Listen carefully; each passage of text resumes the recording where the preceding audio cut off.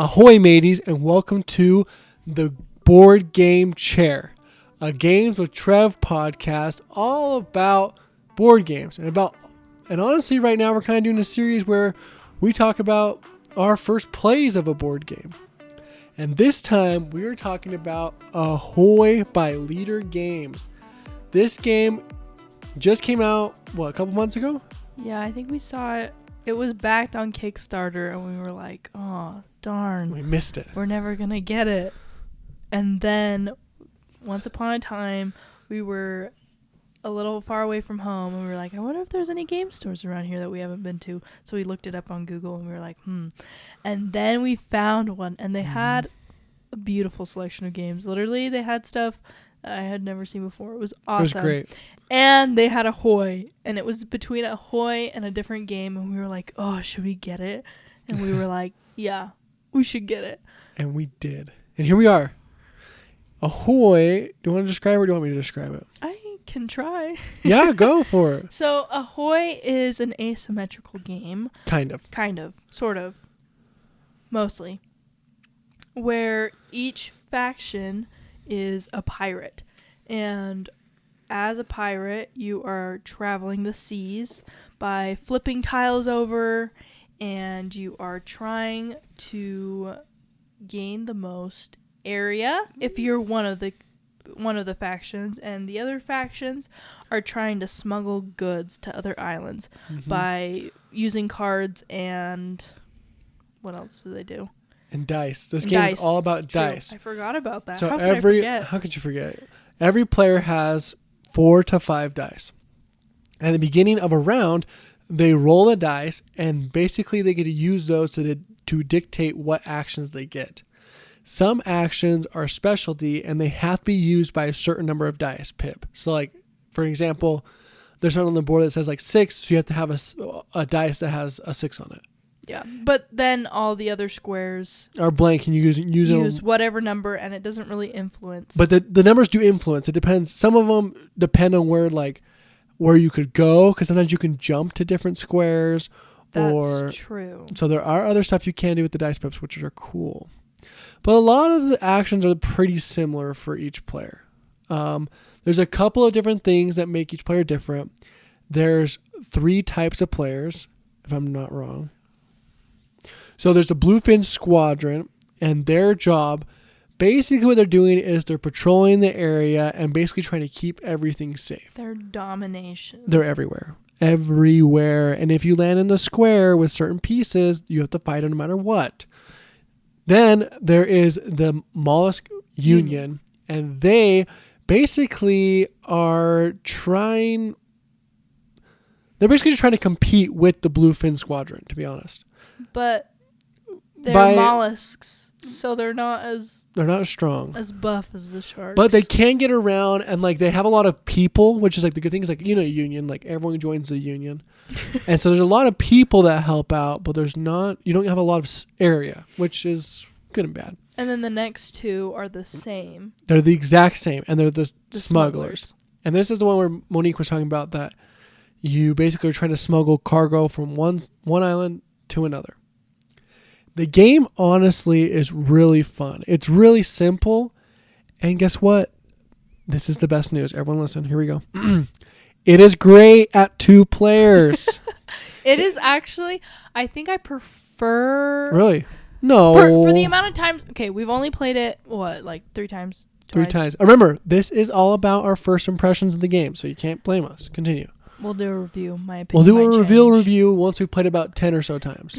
Anyway, I think I like it more at 2 players so far. The times we've played at 2 players versus the time we played it at 4. Granted, the time we played at 4 was our first time. True. And some people weren't following rules. Some people who are not listening to the podcast because they don't listen to the podcast were not following rules. This is true. But it was hard because for multiple reasons. They won by a lot of points compared to us 2 who were following the rules. Yeah. If we would have done the podcast back then, after hilarious. That first game, I would have been so upset. Because I didn't really... I liked it, but I was like, this one faction is too powerful. True. The Bluefin Squadron does feel too powerful. But I don't. But at 2 players, it's equal. I think if we played again, and if we could like clone ourselves, and both of us could play 4, like, Could be good. does that make sense? Yes. Then I think that the Blue Squadron, it wouldn't seem so powerful, just because I would know. Oh, I've played with this one. I played with this one. I know how to. I understand. You know. It makes sense. I don't know if that makes sense to anybody else, but It made sense to me, and that's what matters, because I'm the only one here. But I agree. It is pretty...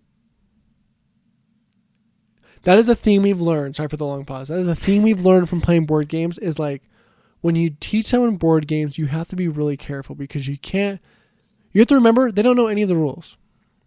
And so you have to remember every single little rule, and a lot of times you forget. Like, we're all human, you forget to teach someone, oh, you got to remember to get this when you do this. And you don't want to be that person. And you don't want to be that guy. So you kind of let it slide sometimes, but then they become overpowered. And sometimes when we play with this specific group of people, it happens every time. Oh, okay, wait. If they listen to this... If they listen to this, I'm going to tell them a secret right now. Monique knows the secret I'm about to share, I'm pretty sure. I don't know what the secret is. There is a mindset I have about board games and teaching people. I know. And this is what the mindset is. I like board games a lot. And I play a lot of board games, as we know. Correct? Yeah. True?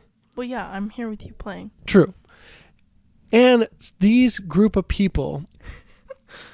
I'll just tell you, it's my brother and his girlfriend. I'll just tell you right now. Like, it doesn't, like, if it doesn't matter because they're not listening. Anyway, my brother and his girlfriend, sometimes they get discouraged really quickly in board games. And so I have this theory that I have to just suck it up and lose on purpose, so they'll keep playing, because I need 4 players. And I'm not good enough to win, so I just... Yeah, so Monique just tries her best. I still like it, though. But yeah, it's pretty funny. Anyway, back to the board game, Ahoy. So I want to ask Monique a question, because when we were researching this game, we were trying to figure out, should we get it? Is it going to be good or not? And I want to ask her the question. The quote was, this is a dumbed down route that I never knew I needed. Is it true or not true? Yes and no. Yes and no. Okay. I agree and I don't agree. How come? I agree because I think it really dumbs down like the idea of like separate factions where this person does this and this person does this, but we're all trying to get 30 points. Right. And routes like that. One person's trying to gain area, the other person's trying to get tokens. It's completely different, and you're all trying to get 30 points. True. So in that aspect, I would say yes. But what? But what? Come on. Because the thing is like, that quote is basically what you just said. Well, yeah, but listen. In my mind, when I hear like a dumbed down version, like a baby version of Root, I think simple. I think, for a younger audience. Oh, so you don't find it simple. I do, but I don't. I don't think I would lead with this game. I think I would do like if I was introducing someone to Root, I wanted to play Root with them. And we've talked about this before, like you have to warm up your mind and like I don't know if we talked about that on the podcast yet. Have we? Okay, we have Trevin. This is another Trevin theory. Trevin theory that I've adopted. And it's true though. It's true. It's true. Basically what it is like you have to prepare your mind to be able to comprehend certain games. Like, you can't start out with a super complex game with someone who's only played Uno and Monopoly. Like, it just doesn't work. Like, for an example, there's these things called gateway games. And if you're listening to the podcast, you know what that is. It basically is a game to start someone out, right? Yeah. And I remember when we first started dating, I wanted to start playing games with her. And if I would start playing Wingspan with her, for an example, I think her little mind would have exploded. But we started by playing other games. Like, the first game we played was Dominion, which is a really simple, like, it can be a really simple card drafter game. But there's so much strategy that you can learn eventually, but you have to get your mind warmed up. Anyway, so continue. So going off of that, I don't necessarily think this I think this is a lead into Root, but I don't think it would be the first one I would introduce to someone. Because when they said, like, baby version of Root, I think, okay, I can play this game, then introduce them to Root. Because Root can be fairly simple depending on the faction, but, True. like, I think I would choose something before Ahoy. Before leading into Root. I'm going to let you think about it because we're going to go to our sponsor real quick. But I want you to think about what would you choose before Ahoy? Okay, think about it. Okay, a word from our sponsor real quick. Our sponsor this week is the same as it's been. It's us. And part of this, I'm going to announce it for fun. For fun? For fun. Okay. We're changing the name. We're rebranding. We're rebranding Games with Trev. Not the Board Game Chair. Board Game Chair is here to stay, I would say. Oh, yeah. Yeah, for sure. But we're rebranding to PAX Games because that's our last name. Paxton's our last name. And we want to change it just a little bit to be more inclusive of both of us, but also for the fact of we just like to have it be a little bit more broader of a name. And we have a cute logo coming out. It's adorable. Yeah, you guys should be super excited to see it. We're finishing up final touches. Mm-hmm. We have to, like, do all this stuff. It'll probably come out hopefully by this next video Friday. Ooh, maybe. I don't know if I'd put that deadline. I'd hope so. I was thinking, like, maybe like 3 weeks. Oh, maybe 3 weeks, but I will definitely try to push it for this Friday for you guys. For you guys.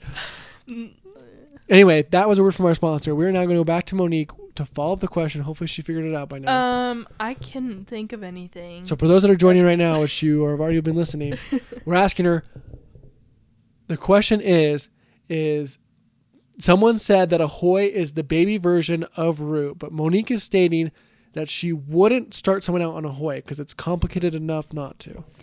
I think at 2 players it would be. If you're playing 4 players, I think it's just too many variables. Can I offer an option? Well, I want to know what you think. Do you agree with that? I agree, but I'm going to offer an option for before Ahoy. What? Villainous. Yeah.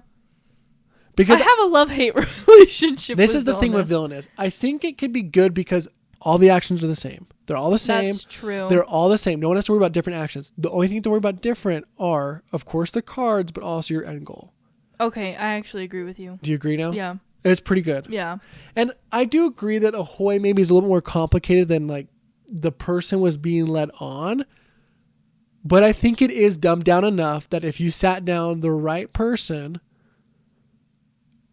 who's maybe played 1 or 2 other games, doesn't have to be an asymmetric game, just more games in Monopoly and Phase 10, and just sat them down and just went slow, I think they could get it.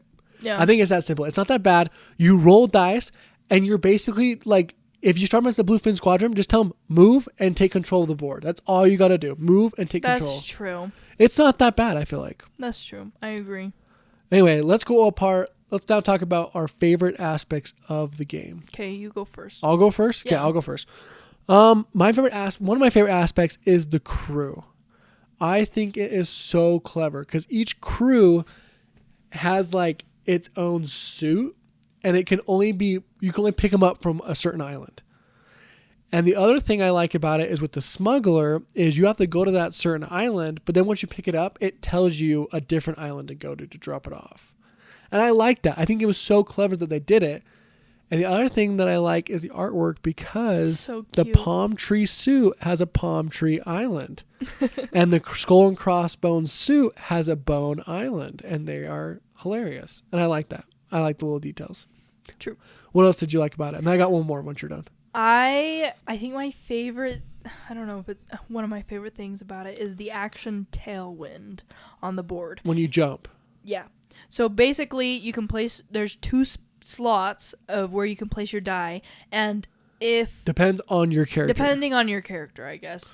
But if you roll, say, a 4 on the tiles on the board that you've flipped over as you're exploring the ocean, there's spots that have a 4 die on them. And if you place your 4 die that you just rolled in your tailwind spot, you can jump from anywhere on the board to that spot. Mm-hmm. And I think that's super cool because movement is kind of restricted in this game. It's kind of difficult. You move 1 to 2 spaces and sometimes you can get stuck. Yeah.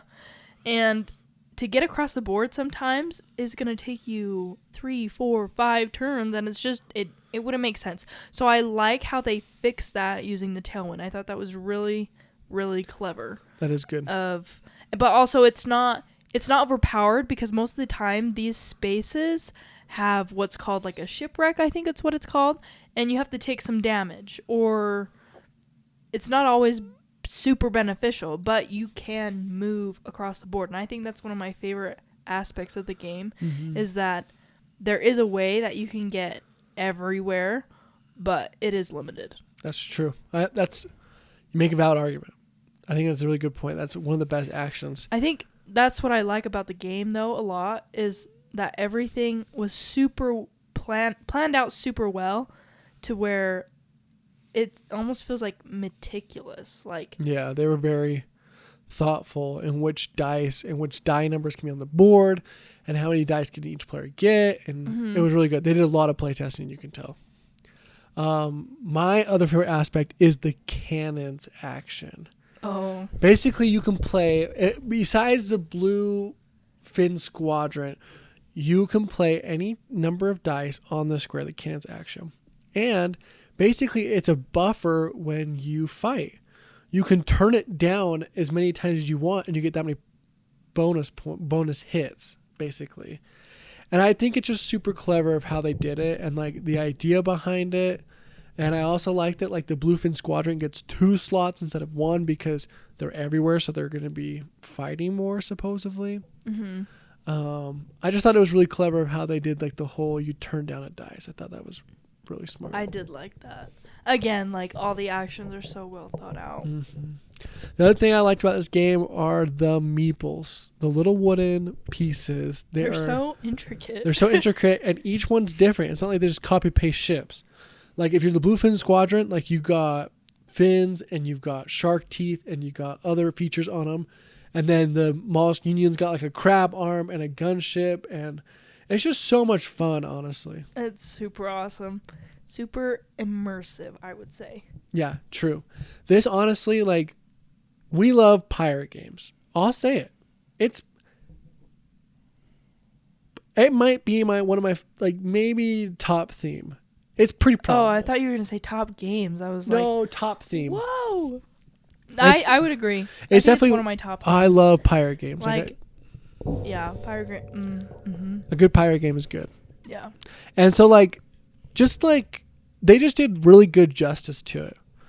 Of, like, just all of that. The one thing I wish they could have added is that maybe we got to read the rules. If you get hit, like, you have to drop something in the water. I don't think that's a rule. I know, I'm saying that it should. Oh, I was like, I don't... It should be a rule. No, I agree. I think the one thing I don't like about this game is that, like, there's no penalty for being hit, really, except, like, you can get damage, or, like, they'll steal gold, but, like, gold isn't... I also wish gold was more powerful in the game. You can buy cards. You can upgrade your... You upgrade your die, but it's not like, I want gold. It's just kind of like... Yeah, because that's not worth points at the end of the game. Yeah. I think if it was worth points at the end of the game, that'd be sick. Yeah, maybe it got too powerful, though, because the smugglers get so much gold. That's true. Maybe at, like, 2 players where you don't have any smugglers. True. I don't know. And the other thing that I didn't like was in the Bluefin Squadron, correct me if I'm wrong. I'll try my best. When you're fighting them, what am I going to say? Is it when you fight a patrol that you don't have to take damage? Is yes. That what you're talking about? Yes. It's only when you fight not the flagship. Because you can just discard that thing. Yeah.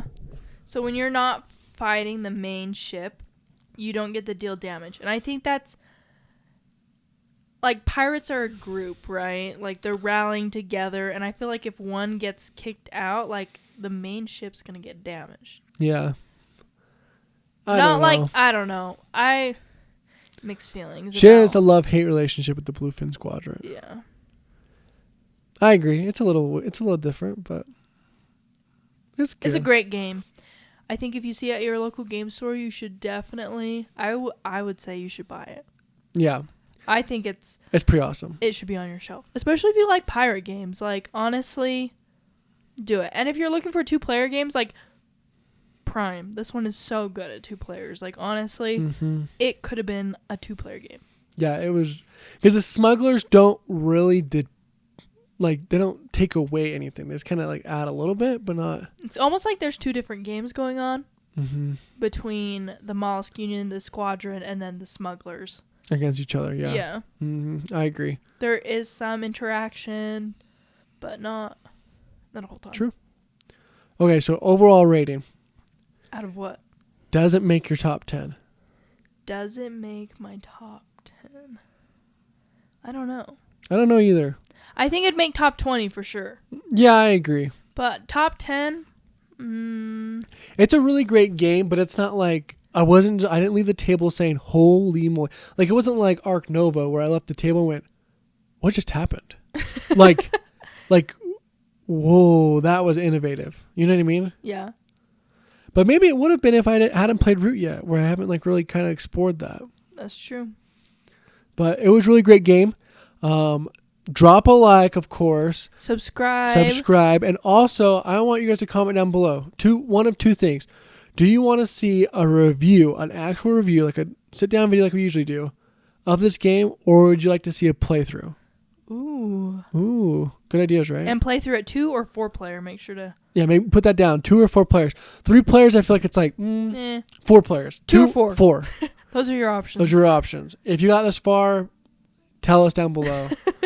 We love you guys so much. We love doing this. We love making content. We've got great videos coming out soon. We're so excited. We're so excited. I'm looking at my board right now. I can see what's coming out. It's going to be good. So get your popcorn, get your stuff, and let's keep going. Let's play some games. We love you guys. Anyway, here from PAX Games. Have a great day and have a great night.